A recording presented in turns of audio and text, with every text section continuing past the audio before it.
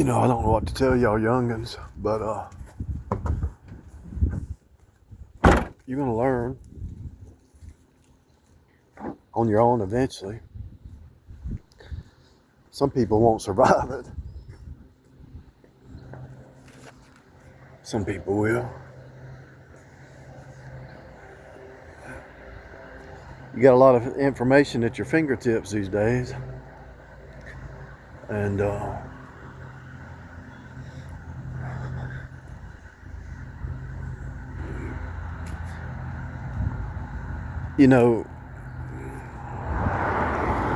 wouldn't upload videos and put myself out there if I wasn't a strong person.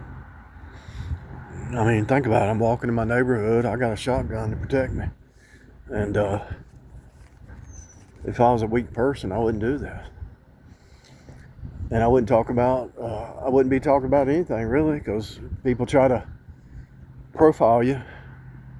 Well, he's a Christian and he believes the Bible, and so some psychopathic woman thinks, oh, he's naive and I can get over him and steal his money and get him sign him up for retirement with me, and we're just gonna be happy ever after. He don't know I'm a psychopath. Yeah, I do. I know what you are probably before I ever meet you, because I'm going to talk to you long enough to learn your patterns. I know what you are. If I walk right up here, I was 16. I'll tell you what happened. This tells you what kind of environment when I was a kid, out in the front yard, I watched my mom and my dad's girlfriend fighting in the front yard at my aunt's house. And I was at the same house where my cousin, who was 4 years older, tried to choke me to death. 4 years older tried to choke me to death, right? So right up here, something happened. I don't know all the details, but evidently my dad took my mom's car that she took to work every day. Took his car, ended up probably getting on drugs or something. And I got in my Mustang and I drove around and I found it. And I went back and said, I found the Mustang. I found it. Let's ride together. What was it? It was what kind of car was it that she had? Can't remember anyway. She said, you found it? I said, yeah, I found it. I know exactly where it's at. It's right there where that car was. It was sitting right there. And she said, that's hard to believe you found it. So we got in the car and she found her car and she could get back to work. But evidently my dad was drugged out or something in a room or in this house or somewhere. He left it there or something.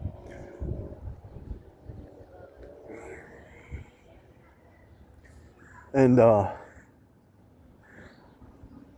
so I've seen how bad it can be and how stupid people can act and be.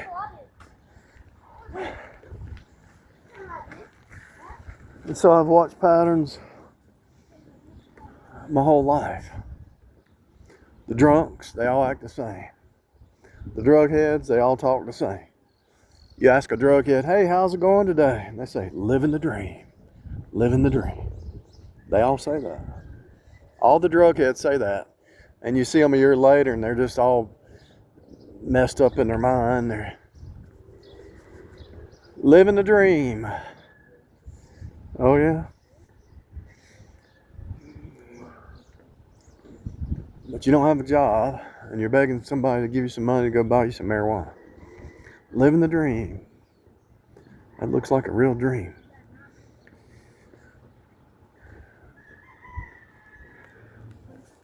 I know you before I know you. I've seen you before I've seen you. I know the Christians, I know the born again, I know the humble, the meek. I know the party animals, I know the ones that are still trying, the ones that are 65 still trying to be 18. I've seen you, I know you, I've watched you my whole life, because there's nothing new. Yeah, the car was sitting right here. So I drove back. I might have parked my car down the road, and I think I had to go back and get the key. I think that's what it was. Can't remember now. It's been so long.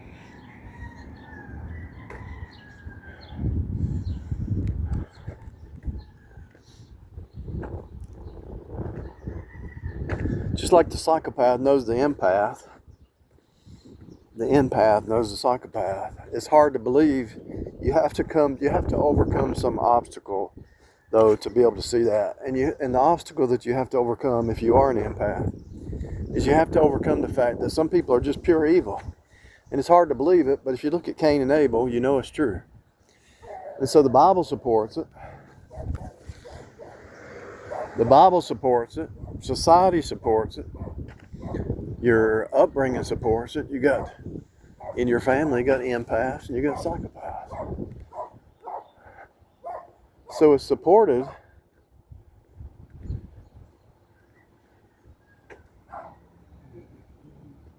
Every which way but loose. So it's a real thing. So if you're an empath, there are people out there that are just pure evil. And I know it's hard to believe. And they know that they're pure evil, and they're proud of it. And they're not going to change unless God Himself knocks them down and saves them. You can't even see the airplane, but you can hear the propellers. So what we're dealing with here, people, is a jacked up situation. You got Cain and Abel playing out in families, in churches, in jobs, in relationships, even in your own heart. Because your flesh is nothing but evil. So the way that I overcome dealing with a psychopath, especially a psychopathic Jezebel, the way I overcame is I realized Jezebel's trying to make you into a copy of her. Just like Solomon. She's trying to turn you into an idolatry. And she might not be trying to get you to worship the Azeroth and Baal and Jupiter and Saturn, the planets and Mother Earth, but she wants you to worship her. Same thing. And so Solomon fell into idolatry.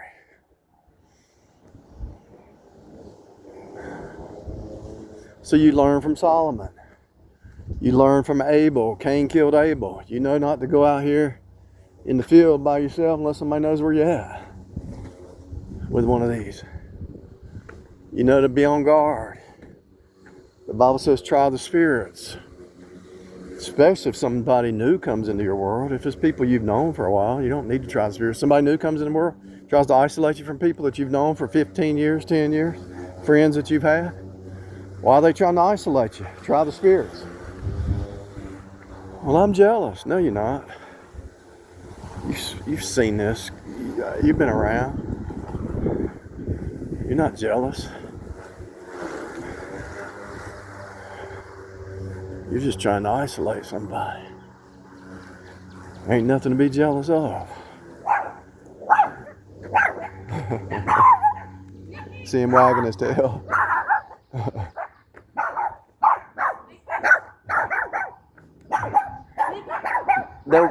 They're wagging their tail, so I know they're not mean.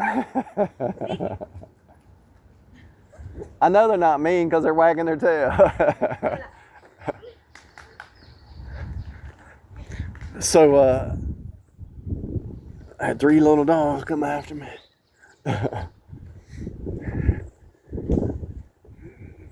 What was I talking about?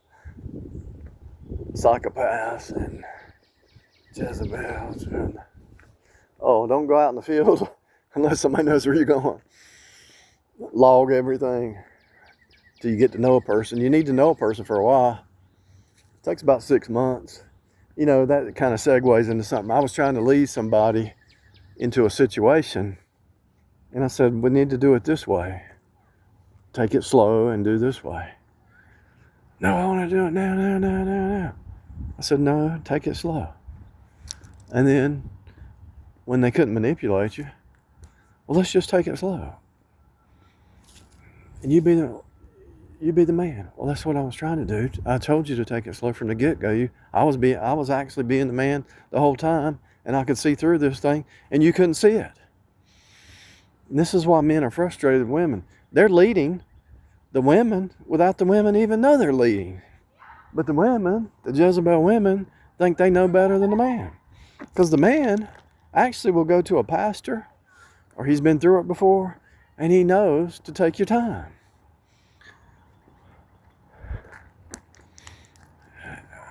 I mean, wisdom, the universe, I've said it 1,000 times. The sun is moving, but you can't see it. It's moving slow.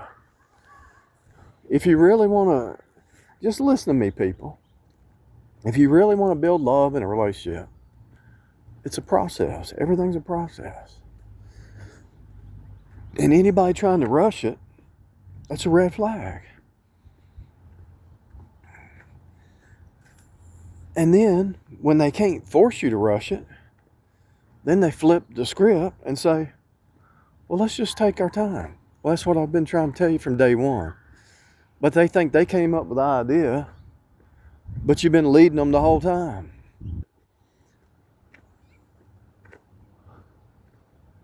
Well, you be the man. Well, I have been the man. I've been trying to tell you to do it right. You take it slow. But to do it fast, that's a demonic way to do anything. There's certain things you got to do fast. But if somebody is real and serious, they're going to be patient and peaceful. That which is from above is peaceable, easily entreatable. That which is from below is hypocrisy and every evil work, and is not peace.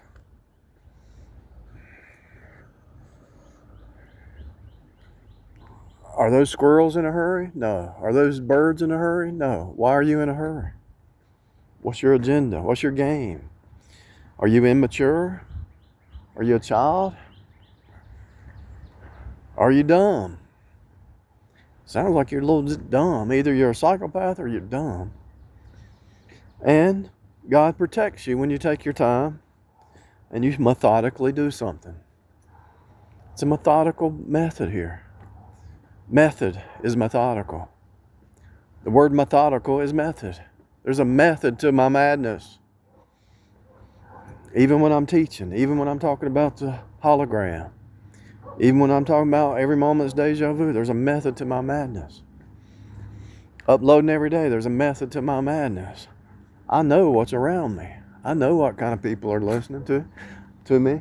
I know the saved and the unsaved. I know how they think. I know the Jezebels and the saints. I know how the saints think.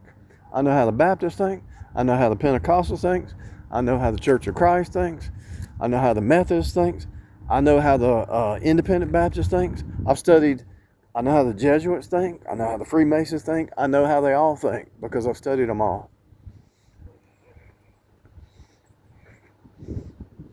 I know how the born again thinks. I know how the religious but lost thinks. I know how the ones who think they're saved and they're not think. I know how they think. That's what I spent my whole life doing. That's my expertise. That's all I care about.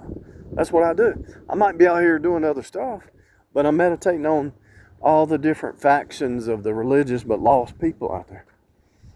And all the secret societies and all the cults and the isms and all those that add to the finished work of Jesus. I already know how you think. I know how the psychopath thinks because I was raised around them. I know how the sociopath thinks. I know how the Jezebel thinks. I've been raised around them. I'm married to them. I know how they think. I know how the flesh creature thinks because I used to be unsaved just like them. I know how the selfish person thinks. You should be able to too. And if you don't, go read it, Galatians 5, chapter 5, and you'll see how they think. I know how the Jerry Springer people think. I know how the drug heads think. I know how the lazy people think. I watched them and I've observed. I know how the greedy people think. I know how the queen bees think. I watched them. It's all about me. The queen bee is about me. And they can't hide it. They don't care about you. They don't even ask you about they don't even want to know about your job, what you do for a living. You would think if you're married to a woman, what'd you do today? Well, I fixed a washer and a dryer and fixed a toilet. How did that feel? They don't care about that. They don't care what you do. I painted that house today. I fixed the roof. They don't care. They're not going to ask you because it's all about them. If somebody really loved you, let's say you had a wife that really loved you, which is hard to find. It's almost impossible to find because everybody's in love with themselves. And so let's say you had a wife and you did a little side gig and you said, hey, I'm going to go clean those gutters.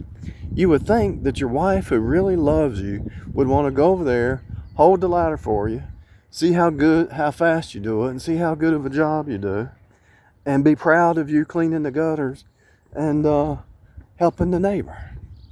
But no, they stay in the house. They get on the phone. He's over there cleaning the gutters, wasting his time. We could be out eating dinner, but he's over cleaning the gutters. Instead of being positive and helping, it's all negative and pessimistic, Instead of them wanting to learn what you do and your skills and learn more about you and have a communication, they don't even want to talk because it's all about the queen bee, me. What would be great is to have a wife that she could come to your job and actually see what you do and see all the different skills you have, the skill sets, and how you deal with people and how you're a servant. You have a servant leadership mindset, and she could work with you and not do the work, but walk around with you and see how you work. But they'll never do it. So they don't even know you.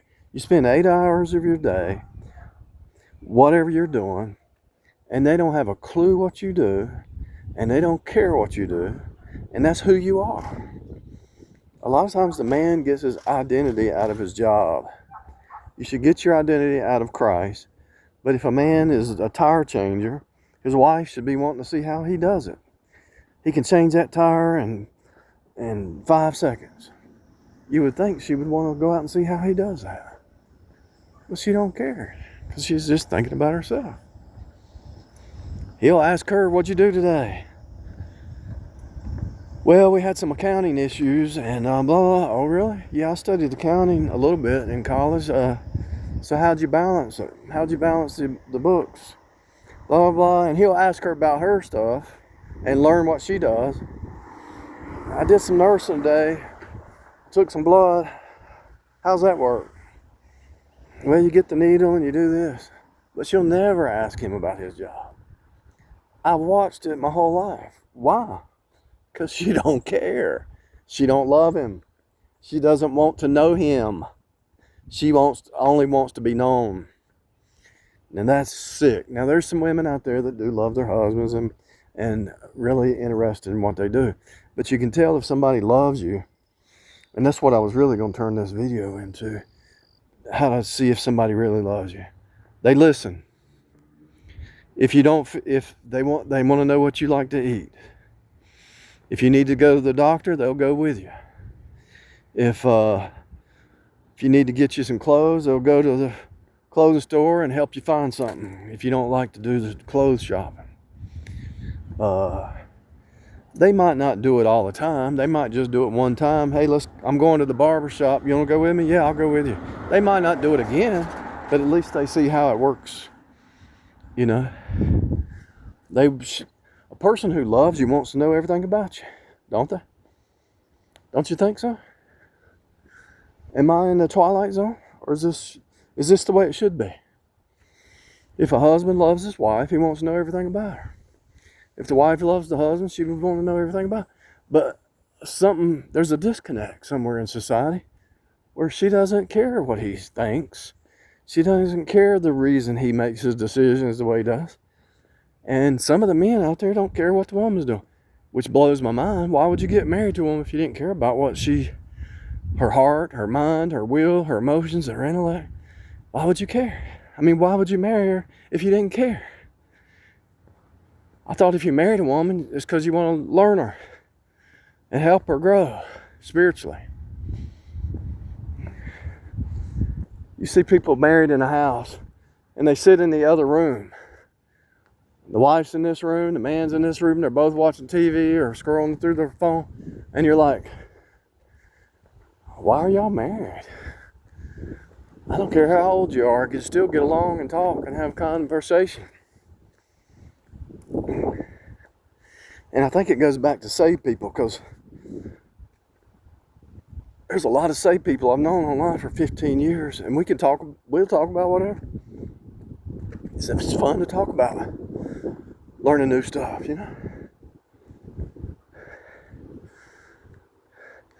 Let's get you a lost girlfriend, and all she's caring about is going out to eat and being seen and what she's going to wear. She don't have a heart-to-heart conversation. She don't even know who you are. The unsaved don't know who the saved are.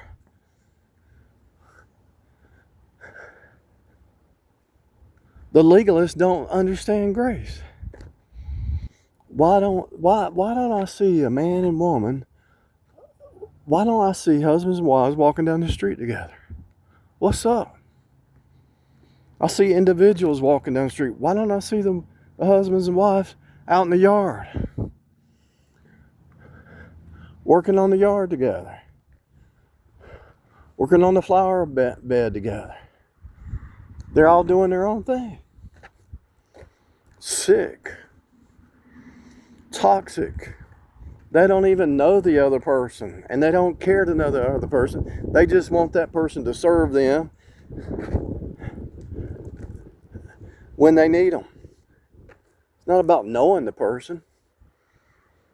I mean, really, I could go into this even deeper, but I'm not even going to worry about it, because it's not going to help. I just sit back and think. I'll see some people sitting on their porch, right? The man will be on the porch instead of his wife out there with him. She'll sit out on the porch when he's not there, and he'll sit out. What? No communication in a marriage? In a home? Everybody go home, and they'll just turn the TV on and not even talk. What'd you do today? Well, we worked on this project and this. How'd it flow? How'd it work out? I like to learn new stuff. The man can learn from his wife, and the wife can learn from the husband. But most people don't care. They don't give a... It's not even a relationship. That's why there's so much cheating going on, because the two don't talk. I want to see what that yellow note says on that window. The guy that used to know people here, there was a guy that did all my work for me, the heavy stuff. I would hire him. I could do it, but I'd rather pay somebody to do it, because I was doing rideshare. Anyway, they found him dead.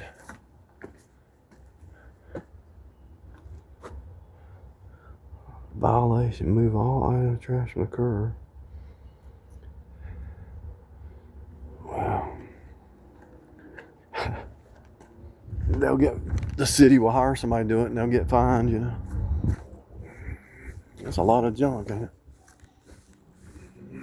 That's why you should just live a minimal life, and you won't ever have that problem. Minimalist. Anyway, that guy was a good worker. Found him dead at the grocery store. And for about 60 days, everybody was mourning him. He was all over the neighborhood helping people, mowing yards and stuff. And then after 60 days, everybody forgot about him. Nobody's going to remember you. And if your spouse is in the house and they don't even know you, what's the use of that? If they don't even know you, how can they love you? They don't know you. And they don't care to know you. They don't even know what you do. They don't care about your hobbies. They don't care about your dreams. It's all about their dreams. It's never a two-way street. And they're kind of afraid to tell you their dreams, because they think that you're going to sabotage their dreams, even though you can figure out a way to build them up, because they're trying to sabotage your dreams, because they think your dreams are messing up their dreams. Instead of figuring out a win-win, they think win-lose in most marriages. Most marriages can be win-win. But most people think win-lose, and the marriage ends up being a divorce. The dating situation, it always splits because everybody's against everybody and nobody trusts anybody and nobody's listening to anybody, and everybody has their agenda and they're using NLP programming to get their agenda across, and they don't care a flying flip what you think. It's not about love. It's about a one-way relationship to use and abuse and control. It's sick. I was going to have a list made. I was going to do an AI.